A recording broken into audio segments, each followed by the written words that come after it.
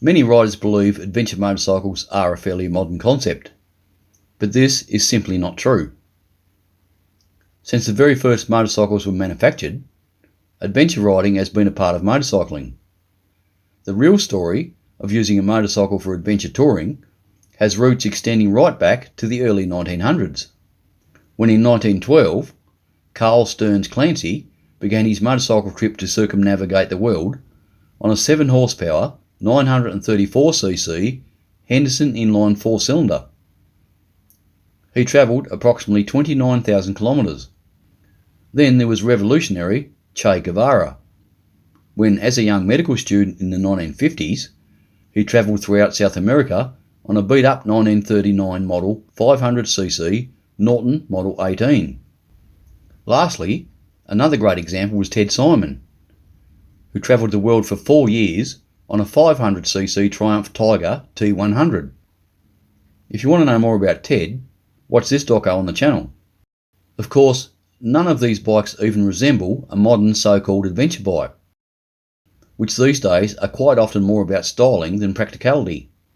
It is generally accepted that BMW pioneered the very first adventure touring motorcycle. But before I get into this, firstly, let's take a look at what the ideal requirements of an adventure bike actually are. High ground clearance for those challenging off-road situations. A windscreen that offers some degree of weather protection at highway speeds. A large fuel tank for increased fuel range when travelling in remote locations. A reasonably comfortable seat for long distance touring. Longer travel suspension. A larger than normal front wheel, ideally 19 or 21 inch. Tyres designed for off-road and on-road use. Spoked wheels for better impact resistance off-road. A luggage rack with the capability for fitment of panniers. Protective crash bars. Plenty of low-down torque to help get you out of difficult situations. And lastly, an adventure bike should be of reasonably lightweight, while this somewhat depends on the rider's size and capabilities. More on this later. While the early BMW R80 GS had excellent reliability and became the bike of choice for serious motorcycle adventures in the 1980s, I would argue that the Yamaha XT500, introduced in the mid-1970s, was the very first true adventure bike.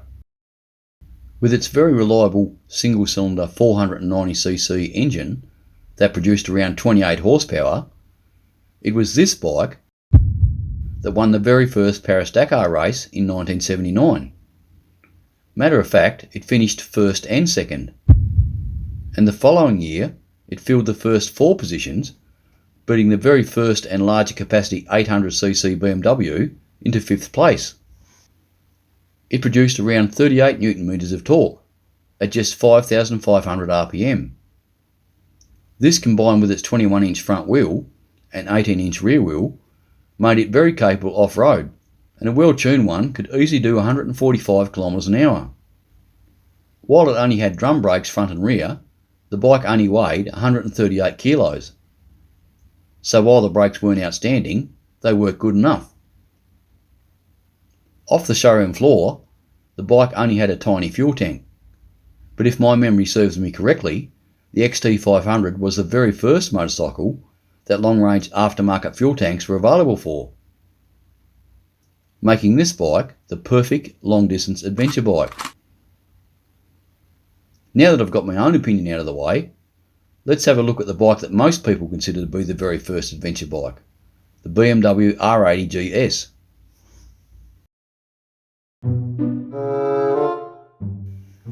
It was introduced in 1980 and had a 798cc twin-cylinder air-cooled boxer engine. It produced about 50 horsepower and had a top speed of about 170 km an hour. As far as engine design is concerned, it doesn't get much simpler than these old airhead boxer engines, which is what you want if you plan on travelling to remote locations. It also had a maintenance-free shaft final drive. It ended up winning the Dakar Rally 4 times. In the mid-1980s, the Paris-Dakar versions of the BMW had a much larger fuel tank, which gave the bike a range of about 480 kilometres. It too had a 21-inch front wheel and an 18-inch rear, but featured a disc brake on the front.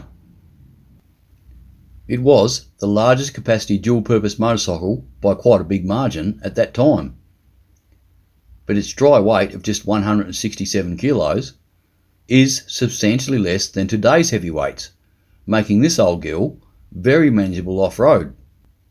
Its engine produced 57 Newton meters of torque at just 4,000 RPM, quite a bit more than the XT500. Just a couple of years later, Yamaha introduced the first of their Tenere models, and in case you aren't aware, the Tenere was named after the Tenere Desert stage of the Paris-Dakar race. Later in the 1980s, other manufacturers began developing their own adventure bikes, such as Kawasaki, with their very long-standing and very versatile KLR 650.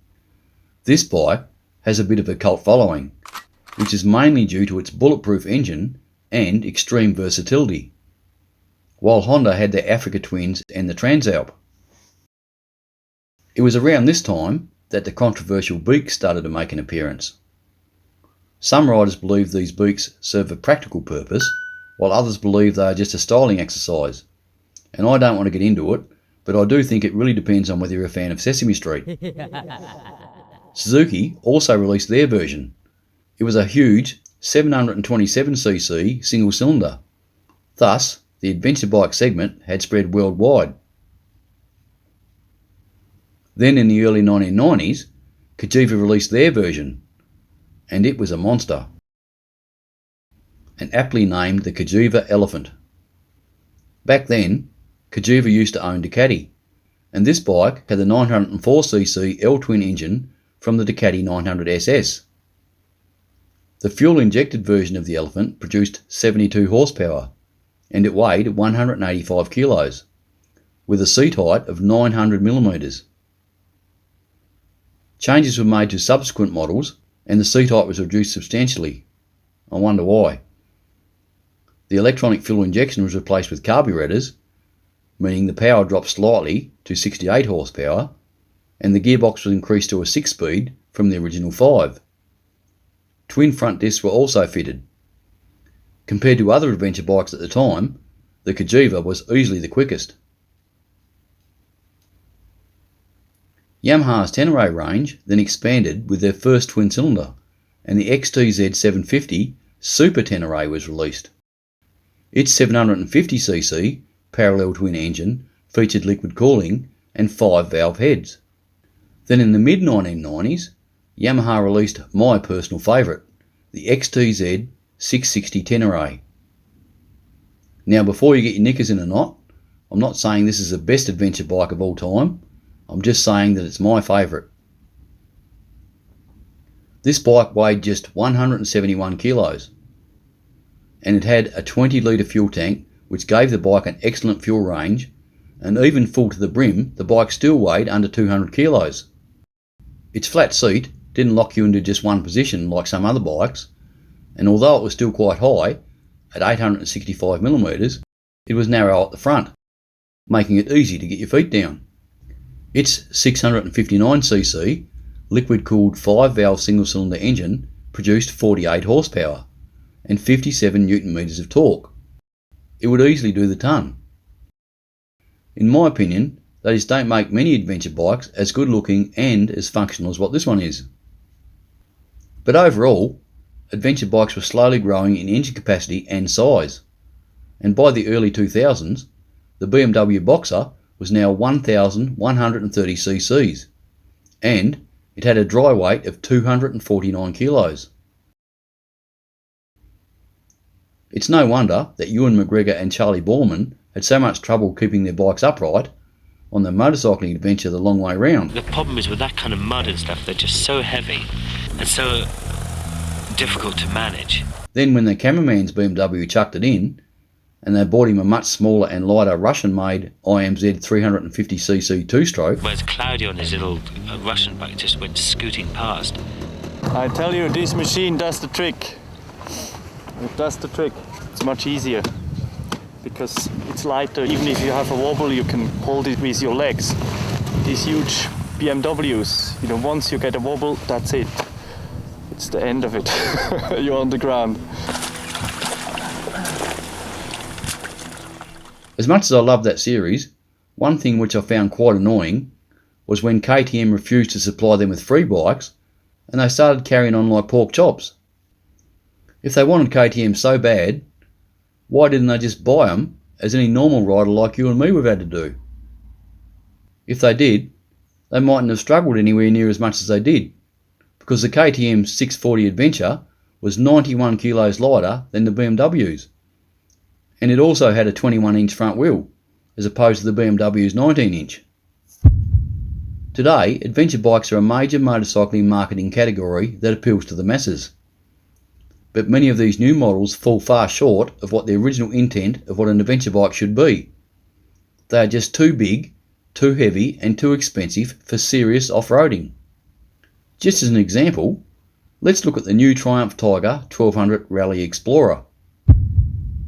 It has a 1160cc liquid-cooled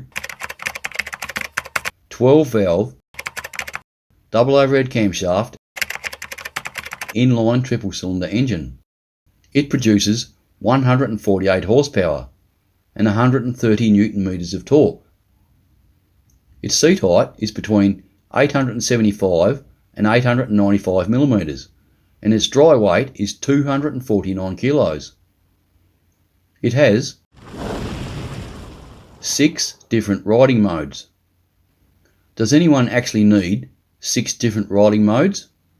Or more to the point, does anyone actually want 6 different riding modes?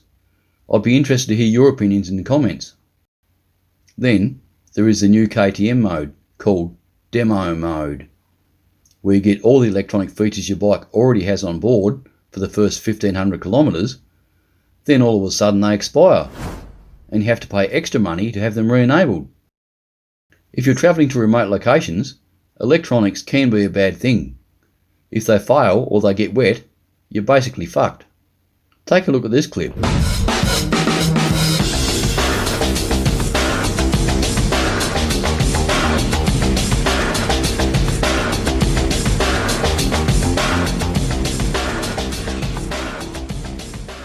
You can't get much more old school than a Ural. But the Urals made it through and the BMW did not. Then there is this clip from a recent Itchy Boots video. She was on her Honda 300 with knobby tyres, and the 3 guys in front were all on an Indian-made TVS 125 road bike with road tyres, and they made it through and she didn't. You've got to be kidding me. Now, I'm not saying you should buy a 125cc to do a world tour on. I'm just highlighting the fact that in difficult situations, a heavier bike with more horsepower is a disadvantage and not an advantage. While on a long trip, you may be fine on a heavyweight bike for 90% of the time, but I'm betting if you bought one of these and got bogged, or you had to load it into a canoe to cross a river,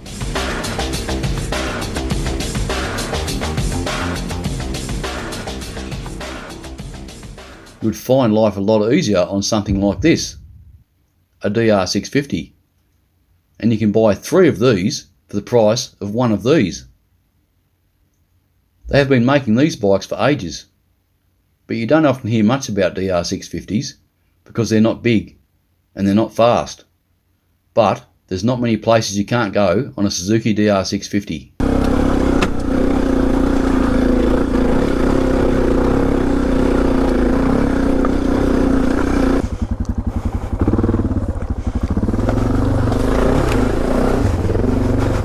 They are light and very reliable, and if something does go wrong, its 644cc air-cooled single overhead camshaft single-cylinder carburetted engine is about as simple as you can get, and very easy to fix. Unfortunately, the DR650 is no longer available in Australia due to new safety regulations, which are a bit of a joke. And I also believe it is not available in Europe due to new pollution regulations. Even Harley Davidson are having a crack these days and trying to cash in on the big adventure bike craze. But just have a look at the size of this thing. It is huge. And while many riders consider its futuristic styling to be, shall I say, horrendous, it's actually nothing new. Take a look at this photo that I found from the 1960s. Danger, danger! I'm not saying any of these new adventure bikes are no good. Far from it. All I'm trying to do is make you aware of their marketing ploys and that you may not need such a large and expensive motorcycle. Why buy a 1290cc KTM when the 890 will get the job done better? Oh boy. Why buy a 1200cc Super Tenere when the 700cc will get the job done better? From what I've seen of this new generation of adventure bikes these days, the Ducati Desert X is pretty much on the money. But the choice is yours. Cheers, and no matter what you ride, ride safe.